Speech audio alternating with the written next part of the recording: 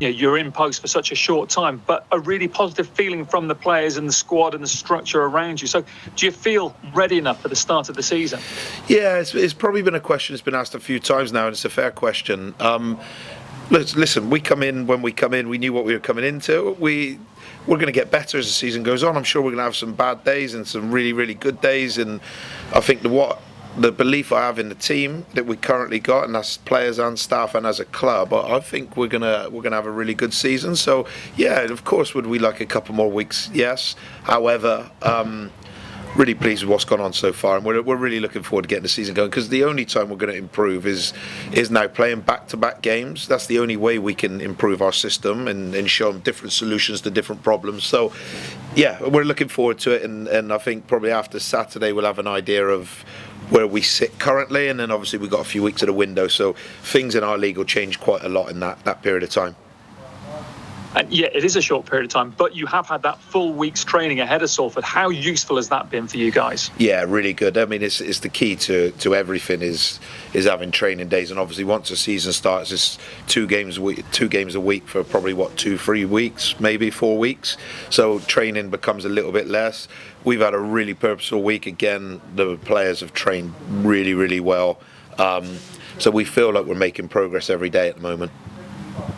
And good to start at home, or does it not matter to you? Always good to play in front of the home fans, and I have to say, I thought against West Brom it was amazing. It was a really, really emotional day.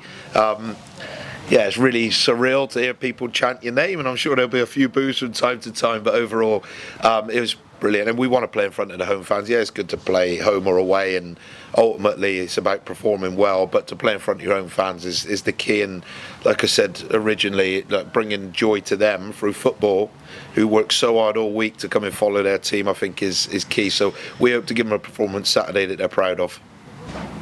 And it's only one game, but how important is it to get that good start?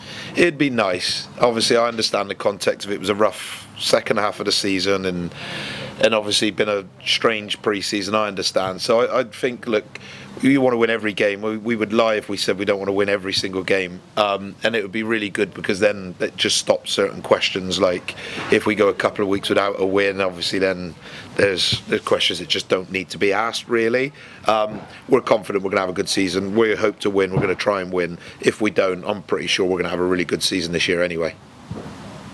And so when you and Lewis are sitting down, you're looking at your starting 11, you've got a good solid squad there. How difficult is selection for you at this moment? It's the hardest part of the job. It's harder at the moment because obviously the attitude of the players has been absolutely excellent.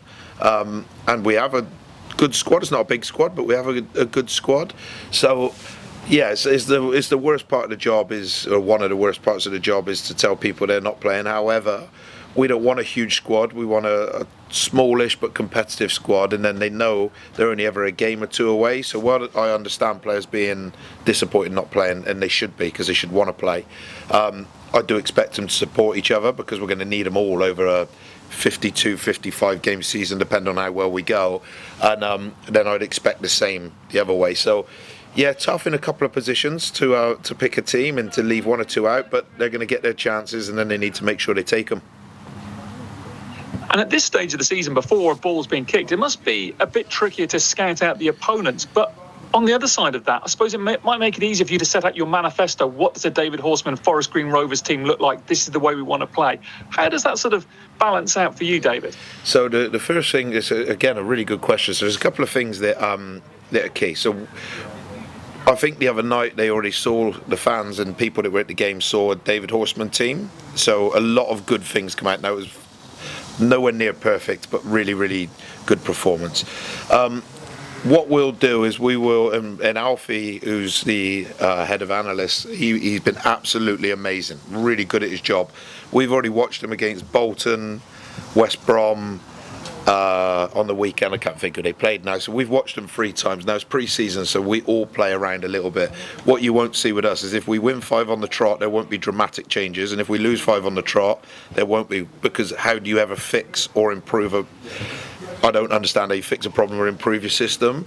And I think Ralph at Southampton was one of the best I've ever seen at that, as in what you do if you lose is you have to fix the parts that's going wrong, and when you win you have to get much better because people are trying to stop you, and that'll be our approach. And then that way, statistically, we can track our performance over a long period of time, and then we'll know who we can target in transfer markets and stuff like that. So I would expect them to see a David Horseman team every week.